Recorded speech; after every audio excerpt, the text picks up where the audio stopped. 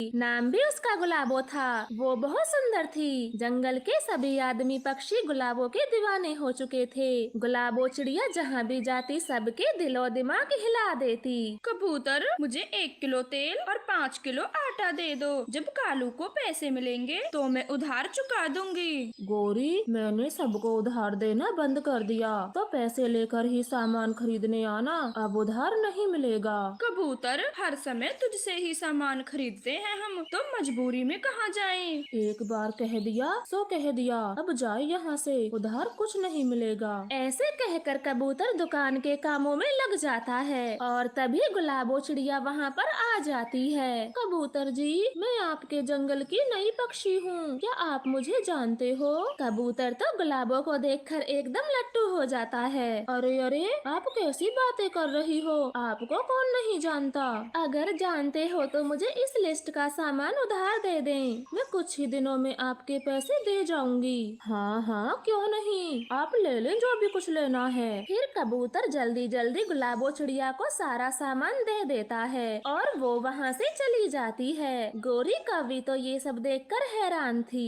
अरे वाह कबूतर, मैं तुम्हारी पुरानी ग्राहक हूँ। मुझसे तो मना कर दिया और उस गुलाबो को एक बार में ही उधार सामान दे दिया। हाँ, दे दिया। वो हमारे जंगल में नई आई है, तो उसका ख्याल रखना हमारा फर्ज है। अब जाओ यहाँ से और पैसे लिए बिना दुकान पर कभी मत आना।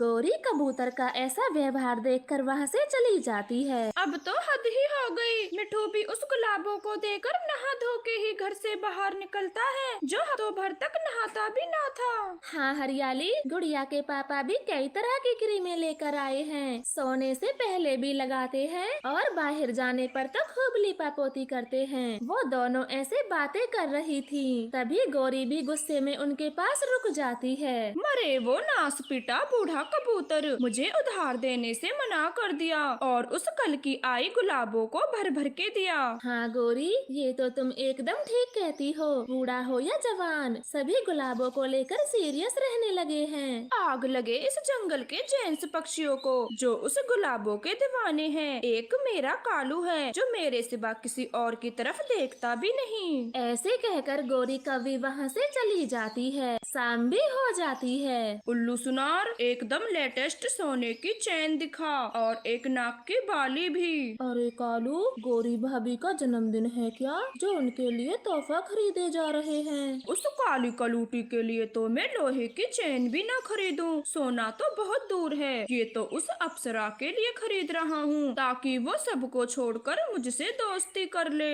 गुलाबो गुलाबो की ही बात कर रहे हैं ना आप? हाँ तो कोई और भला इस जंगल में है जिसे मैं अप्सरा कहूँ। अब जल्दी से सोने की चैन दो और बाली, मुझे बहुत देर हो गई है। फिर उल्लू सुनार कालू को वो चैन और बाली दे देता है, जिसे लेकर कालू कौवा सीधा गुलाबो के घर जाता है। अरे कालू कौवा, आप यहाँ, कुछ काम था क्या मुझसे? गुलाबो जी, मैं आपसे दोस्ती करना चाहता हूँ और आपके लिए एक छोटा सा तोहफा लाया हूँ। गुलाबो सोने की चैन और बाली देखकर बहुत खुश होती है। अब लाए हैं तो अपने पंखों से ही पहना दें। ये सुनकर तो कालू कौवे की खुशियों का भी कोई ठिकाना नहीं था। वो खुशी खुशी उसे चैन पहना देता है। फिर वो ऐसे ही काफी देर तक गुलाबो चिड़िया से बातें करता है और देर रात को अपने घर जाता है। गोरी, जल्दी से भोजन दे, बहुत भूख लगी है। कालू जी, आज बस ये खीरा ही खा लें। क्यों गोरी, खाना नहीं बनाया आपने? कालू, घर में तेल और आटा खत्म हो गया था। कबूतर ने उधार भी नहीं दिया, इसीलिए मैं खाना ना बना सकी। अपनी पत्नी की ये बात सुन कौवा जल्दी जल्दी से खीरा खाता है और अपने घोंसले में सो जाता है। गोरी को तो ये बात जरा भी समझ नहीं आती। कालू जी, ना तो आपने पैसे दिए और ना ही घर के राशन खरीदने की बात की, इसका क्या मतलब है? गोरी, इसका मतलब है मेरे पास पैसे नहीं हैं। जब आ जाएंगे तो मैं दे दूंगा। अब चुप हो जाओ और मुझे शांति से सोने दो। फिर इस तरह से कई दिन गुजर जाते हैं। कालू 1 रुपया भी गोरी को कमा कर नहीं देता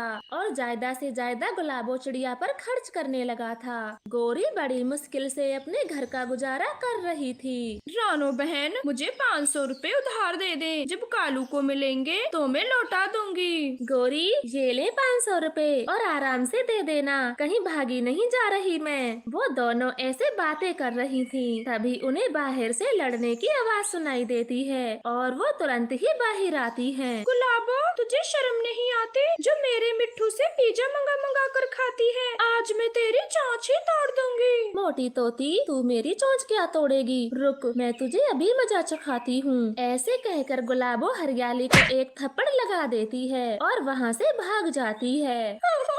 आई बड़ी उसकी चोंच तोड़ने वाली, खुद का ही गाल लाल करवा लिया। चलो रानो यहाँ से। इन दोनों की लड़ाई देखकर तो मेरा मूड ठीक हो गया। गौरी, शर्म करें, हरियाली हमारी अच्छी पड़ोसन है, ऐसे इनकी हंसी न उड़ाएं। रानो, अब हम इनके बीच में क्या ही बोलते। हरियाली को अपना पति मिट्ठू समझाना चाहिए, ना कि किसी गैर को।